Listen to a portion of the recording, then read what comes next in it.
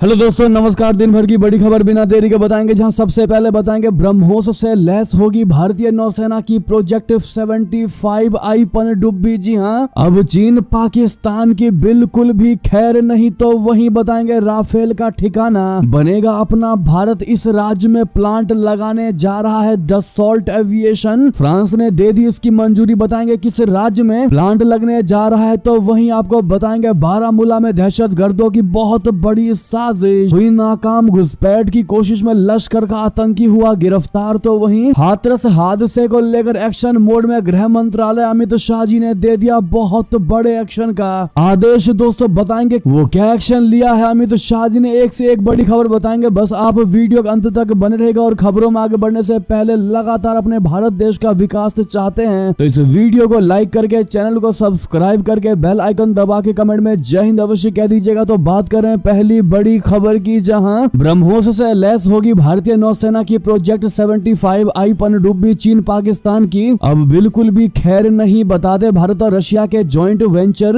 BrahMos aerospace ने हाल में ही BrahMos missile का वर्टिकल लॉन्च किया जाने वाला पनडुब्बी वेरिएंट विकसित किया है, यानी डेवलप किया है। हालांकि भारतीय नौसेना के पास उपयुक्त पनडुब्बी की कमी के कारण इसे अभी तक परिचालन में नहीं लाया गया है। ब्रह्मोस को हमेशा एक सुपरसोनिक क्रूज मिसाइल के रूप में पेश किया जाता है, जिसे भूमि जहाजों, पनडुब्बी और विमानों से लॉन्च किया जा सकता है। भारतीय नौसेना ने 18 नवंबर 2005 को INS राजपूत पर ब्रह्मोस मिसाइल को पहली बार तैनात किया था। इसके बाद से भारत ने भूमि जहाज और हवा से लॉन्च किए जाने वाले ब्रह्मोस मिसाइल के वेरिएंट को बड़े पैमाने पर तैनात किया है। जी हां, ब्रह्मोस मिसाइल के पनडुब्बी वेरिएंट का पहला परीक्षण 20 मार्च 2013 को विशाखापत्तनम के तट पर बंगाल की खाड़ी में एक जलमग्न मंच से किया गया था। अब ऐसे में भारतीय नौसेना को लगातार मोदी सरकार मजबूत बनाती दिखाई दे रही है दोस्तों, क्योंकि आपको पता होगा सबसे ज्यादा अगर कहीं चांसेस होते हैं घुसपैठ करने की तो वो समुद्र ही होता है। ऐसे में मोदी सरकार के इस बड़े प्लानिंग का अगर आप भी समर्थन करते हैं तो मेरा भारत महान कहना मत भूलेगा। तो वहीं आपको बता दे राफेल का ठिकाना बनेगा अपना भारत। उत्तर प्रदेश में प्लांट लगाने जा रहा डसॉल्ट एविएशन, फ्रांस ने दे दी इस चीज की मंजूरी। बता दे फ्रांसीसी विमानन कंपनी डसॉल्ट एविएशन भारत के मिराज 2000 और राफेल लड़ाकू विमानों के रखरखाव, मरम्मत और ओवरहॉल बोले तो MRO सुविधा के लिए जेवर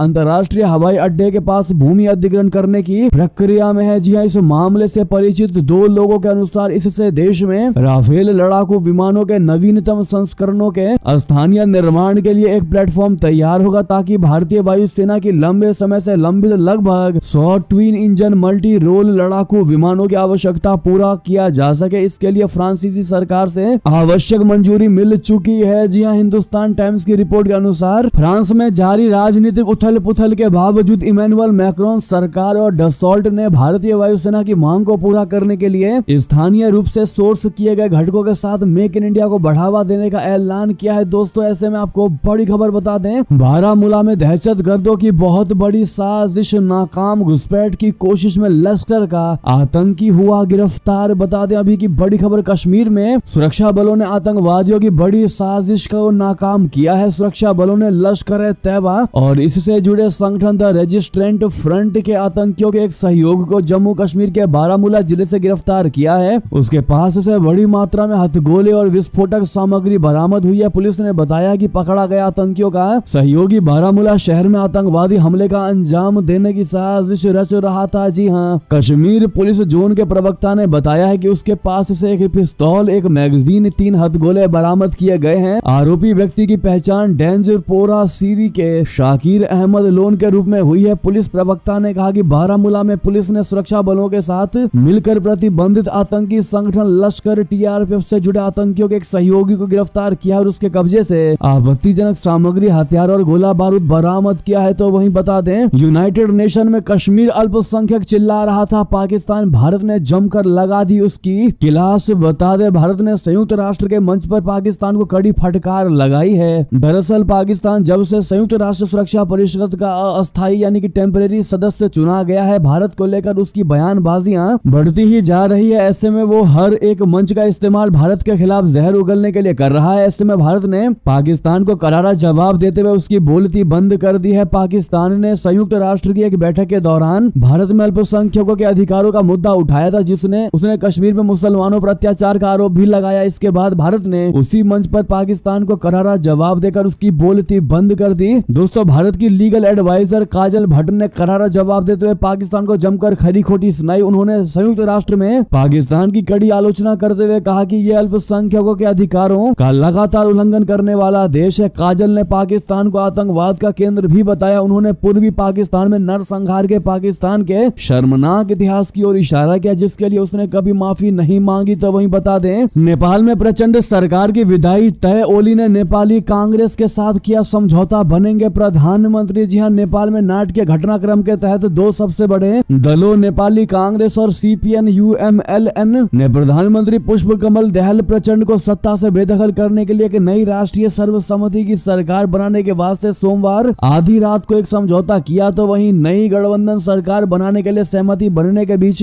मंगलवार को प्रधानमंत्री पुष्प कमल दहल प्रचंड ने पद से इस्तीफा न देने का फैसला किया है। नेपाल कम्युनिस्ट पार्टी के सचिव गणेश शाह ने बताया है कि पार्टी पदाधिकारियों की मंगलवार को प्रधानमंत्री कार्यालय में हुई बैठक में प्रचंड ने कहा कि वो पद से इस्तीफा देने के बजाय संसद में विश्वास मत का सामना करना पसंद करेंगे। जी हां, सौद ने बताया है कि देउबा और ओली संसद के शेष कार्यकाल के लिए बारी बारी से प्रधानमंत्री पद साझा करने पर सहमत हुए हैं। सौद नेपाली कांग्रेस के केंद्रीय सदस्य भी हैं। तो वहीं आपको बता दे बड़ी खबर, जहां कौन है पुतिन के सबसे खास ये यूरोपीय साथी विक्टर। यूक्रेन युद्ध के बीच अचानक क्यों पहुंचे यूक्रेन, आपको बता दें, यूक्रेन पहुंचे हंगरी के प्रधानमंत्री विक्टर ओरबन। क्या पुतिन ने दोस्त के जरिए भेजा है जेलेंस्की के लिए संदेश? दरअसल यूरोप में पुतिन के सबसे बड़े सहयोगी हंगरी के पीएम विक्टर ओरबन कीव की यात्रा पर है। विक्टर की ये युद्ध शुरू होने के बाद पहली कीव यात्रा है। यूक्रेन को मिलने वाले यूरोपीय सहयोग की आलोचना करने वाले विक्टर ने यूक्रेन के राष्ट्रपति जेलेंस्की से मुलाकात के बाद कहा कि मैंने राष्ट्रपति से इस बारे में सोचने के लिए कहा कि क्या हम युद्ध को रोक सकते हैं। मैंने उनसे मॉस्को के साथ शांति वार्ता को गति देने का भी आग्रह किया है। ओरबन ने कहा कि एक समय सीमा से जुड़ा युद्ध विराम शांति वार्ता को गति देने का मौका देगा। मेरी राष्ट्रपति जेलेंस्की इस मामले में ईमानदार बातचीत हुई, जिसके लिए मैं राष्ट्रपति का आभारी हूँ। हंगरी के प्रधानमंत्री पहले भी कई बार यूक्रेन को युद्ध के लिए सहायता देने की जगह युद्ध विराम के साथ युद्ध को समाप्त करने के विचार का प्रचार की चुके हैं। तो वहीं आपको बता दें, यूक्रेन को हथियार और गोला बारूद के लिए $2.3 अरब देगा अमेरिका। रशिया की सुनते ही बढ़ गई ये टेंशन। बता दें, अमेरिका जल्द से जल्द यूक्रेन को $2.3 अरब अमेरिकी डॉलर की अतिरिक्त सुरक्षा सहायता की घोषणा करेगा, जिसमें टैंक रोधी हथियार, इंटरसेप्टर, पैट्रियट और दूसरे वायु रक्षा प्रणालियों के लिए युद्ध सामग्री शामिल होगी। अमेरिकी रक्षा मंत्री लॉयड ऑस्टिन ने मंगलवार को यह जानकारी दी। यूक्रेन के रक्षा मंत्री रुस्तम उमेरोव ने अमेरिका रक्षा मुख्यालय पेंटागन में ऑस्टिन से मुलाकात की थी, जिसके बाद ये घोषणा हुई है। ये डोनेट्स्क क्षेत्र में रूसी सेना से लड़ने में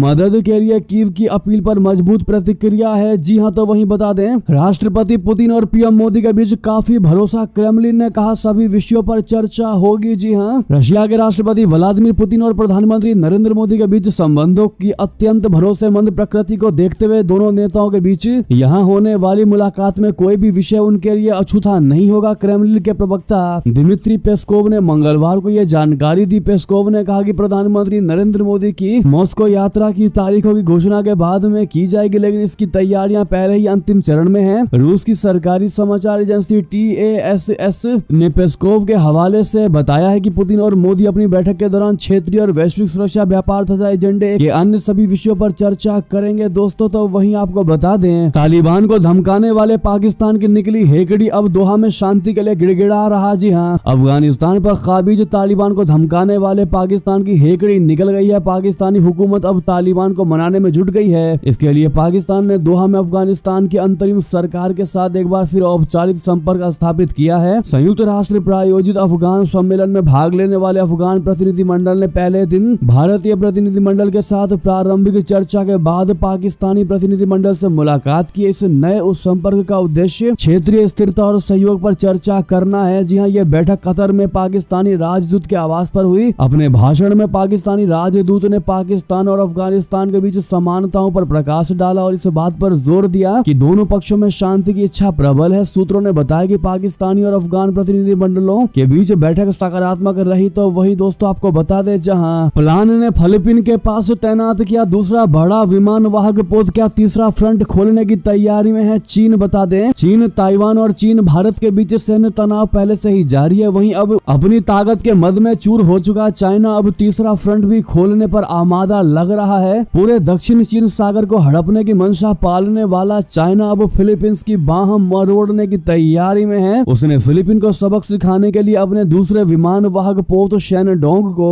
फिलीपीन तट के नजदीक तैनात कर दिया है। उसके इस कदम को फिलीपीन पर दबाव बनाने और अपने कदम पीछे खींचने की चेतावनी के तौर पर देखा जा रहा है। चीन ने यह कदम ऐसे समय उठाया है जब फिलीपीन ने विवादित क्षेत्र चीन सागर के एक क्षेत्र पर दावा किया है, जिस पर बीजिंग ने अपना दावा करता है। चाइना के सरकारी ग्लोबल टाइम्स समाचार पत्र में सोमवार को प्रकाशित खबर के मुताबिक विमान वाहक पोत शेनडोंग फिलीपीन के जल क्षेत्र में गश्त करता देखा गया। ये चीनी द्वीपों और टापुओं पर निरंतर फिलीपीन के उकसावे के खिलाफ एक प्रतिरोध के रूप में काम करता है। तो वहीं बता दें, पहले गाजा में करो संघर्ष विराम, फौरन रोक देंगे जंग, इजराइल को हिजबुल्लाह की दो टुक बता दे लेबनानी चरमपंथी समूह। हिजबुल्लाह के उपनेता ने मंगलवार को कहा कि लेबनान इजराइल सीमा पर जारी संघर्ष को रोकने का एकमात्र तरीका गाजा में पूर्ण संघर्ष विराम है। हिजबुल्लाह के उपनेता शेख नईम कासिम ने बेरूत के दक्षिणी उपनगरों में समूह के राजनीतिक कार्यालय में एसोसिएटेड प्रेस के साथ एक साक्षात्कार में कहा कि अगर गाजा में संघर्ष विराम होता है तो हम बिना किसी चर्चा के युद्ध को रोक देंगे। कासिम ने कहा कि इजराइल हमास युद्ध में हिजबुल्लाह की भागीदारी उसके सहयोगी हमास के लिए एक समर्थक मोर्चे के रूप में हो रही है। अगर युद्ध रुक जाता है तो सैन्य समर्थन भी नहीं रहेगा। उन्होंने कहा, लेकिन अगर इजराइल बिना किसी औपचारिक युद्ध विराम समझौते के गाजा में अपनी पूरी की पूरी सेना वापस बुला लेता है तो लेबनान इजराइल पर संघर्ष की जटिलताएं बरकरार रह सकती हैं। तो वहीं बता दें, चंद्रमा से आई खुशखबरी, प्रज्ञान रोवर ने कर दिया कमाल, इसरो ने बताया इसकी जानकारी। जी हां, भारतीय अंतरिक्ष अनुसंधान संस्थान इसरो ने चंद्रयान 3 के रोवर को लेकर बड़ी खुशखबरी दी है। इसरो ने बताया है कि प्रज्ञान रोवर ने बहुत महत्वपूर्ण जानकारी भेजी है। इससे प्राप्त निष्कर्षों के अनुसार विक्रम लैंडर के जरिए चंद्रमा पर पहुंचे प्रज्ञान रोवर ने चंद्रमा के शिव शक्ति पॉइंट के पास कई अहम खोजें की हैं। ये खोज उस इलाके में मौजूद चंद्रमा के चट्टानों के टुकड़ों और उनकी उत्पत्ति से जुड़ी हुई है। इसरो ने बताया है कि प्रज्ञान रोवर ने लैंडिंग स्थल पर छोटे गड्ढों के रिम, दीवार, ढलानों और फर्श के आसपास फैले छोटे चट्टान के टुकड़े देखे। रोवर ने एक चंद्र दिवस में चंद्र सतह पर लगभग 103 मीटर की दूरी तय की है। दोस्तों बता दें, ये परिणाम चंद्र अन्वेषण में एक महत्वपूर्ण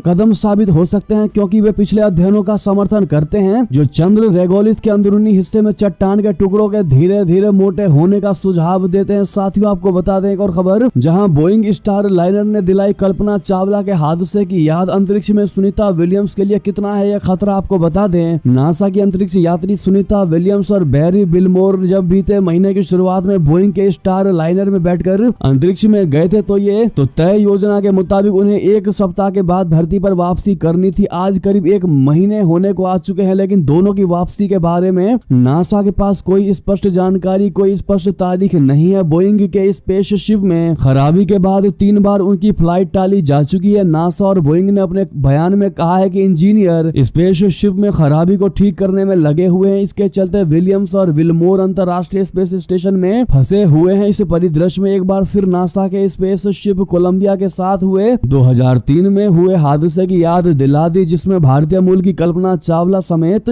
सभी अंतरिक्ष यात्री मारे गए थे। जी हां, कल्पना चावला ने STS 107 कोलंबिया स्पेशल शटल के जरिए 6 अन्य अंतरिक्ष यात्रियों के साथ 16 जनवरी 2003 को उड़ान भरी थी और वापसी करते समय धरती के वातावरण में प्रवेश करते समय स्पेशल शटल हादसे का शिकार हो गया था दोस्तों, जिसमें सभी के सभी 7 एस्ट्रोनॉट मारे गए थे। इस पर आपकी अब क्या राय होने वाली है दोस्तों, कमेंट में लिखकर अवश्य बताइएगा। अब देखना ये होगा कि सुनीता विलियम्स को लेकर नासा क्या बड़े कदम उठाता है। तो वहीं आपको बता दें, तेजस फाइटर एयरक्राफ्ट बनाने में बार बार देरी क्यों, फिर डेडलाइन हुई मिस एयरफोर्स कितना परेशान। बता दें, भारतीय वायुसेना लंबे अरसे से हल्के लड़ाकू विमान बोले तो LCA का इंतजार कर रही है, लेकिन हिंदुस्तान एरोनॉटिक्स लिमिटेड बार बार अपने डेडलाइन को मिस कर रहा है। अब मीडिया रिपोर्ट्स में कहा गया है कि HAL ने भारतीय वायुसेना को LCA तेजस MK-1A की आपूर्ति करने की तारीख जुलाई के अंत तक तय की है। HAL को पहले फाइटर जेट्स की आपूर्ति फरवरी 2024 तक करनी थी, लेकिन HAL ऐसा कर नहीं पाया और उसने डिलीवरी की नई तारीख मार्च 2024 तय की, लेकिन HAL मार्च में भी फाइटर जेट्स की डिलीवरी करने में नाकाम हो गया और अब रिपोर्ट है कि इस महीने पहले फाइटर जेट की डिलीवरी होने की उम्मीद है दोस्तों। तो वहीं बता दें, हाथरस हादसे को लेकर एक्शन मोड में गृह मंत्रालय, घटना स्थल पर पहुंचेंगी NDRF और मेडिकल टीम। जी हां, हाथरस हादसे में मौतों की संख्या 100 से अधिक हो चुकी है, यानी 116 तक पहुंच पहुंच गई है। घटना को लेकर सरकार और प्रशासन अलर्ट मोड पर काम कर रही है। इस बीच हाथरस में एनडीआरएफ के जवान और मेडिकल स्टाफ की तैनाती की गई है। राष्ट्रीय आपदा प्रतिक्रिया बल यानी एनडीआरएफ के अनुसार हाथरस में भगदड़ के बाद 14 मेडिकल स्टाफ और एम्बुलेंस की घटनास्थल पर भेजा गया है। इसके अलावा केंद्र सरकार ने राहत और बचाव कार्यों में मदद के लिए एनडीआरएफ के 35 अन्य सदस्यों को घटनास्थल पर भेजा है। केंद्रीय गृह मंत्री अमित शाह ने हाथरस हादसे को लेकर उत्तर प्रदेश के मुख्यमंत्री योगी आदित्यनाथ से बात की और उन्होंने भगदड़ के बाद उत्पन्न हुई स्थिति से निपटने के लिए हर संभव केंद्रीय मदद का आश्वासन दिया। मुख्यमंत्री योगी आदित्यनाथ ने अमित शाह को इस दुखद घटना के बारे में भी अवगत कराया और साथ में इतना ही नहीं, आपको बता दें प्रधानमंत्री नरेंद्र मोदी जी ने भी इस घटना पर दुख जताया। उन्होंने कहा कि उत्तर प्रदेश के हाथरस में हुई भगदड़ में अनेकों लोगों की दुखद मृत्यु की जानकारी आ रही है। जिन लोगों की इस हादसे में जान गई है, मैं उनके प्रति अपनी संवेदनाएं व्यक्त करता हूं। मैं सभी घायलों के जल्द से जल्द ठीक होने की कामना करता हूं। राज्य सरकार की देखरेख में प्रशासन राहत और बचाव कार्यों में जुटा हुआ है। मैं इस सदन के माध्यम से सभी को यह भरोसा देता हूं कि पीड़ितों की हर तरह से मदद की जाएगी। दोस्तों आपको बता दें, इसी मुद्दे में जो कारण निकलकर सामने आ रही है वो ये है कि पंडाल से गुरुजी की कार निकली और लोग उनके चरण छूने के लिए दौड़े और इसी भगदड़ की वजह से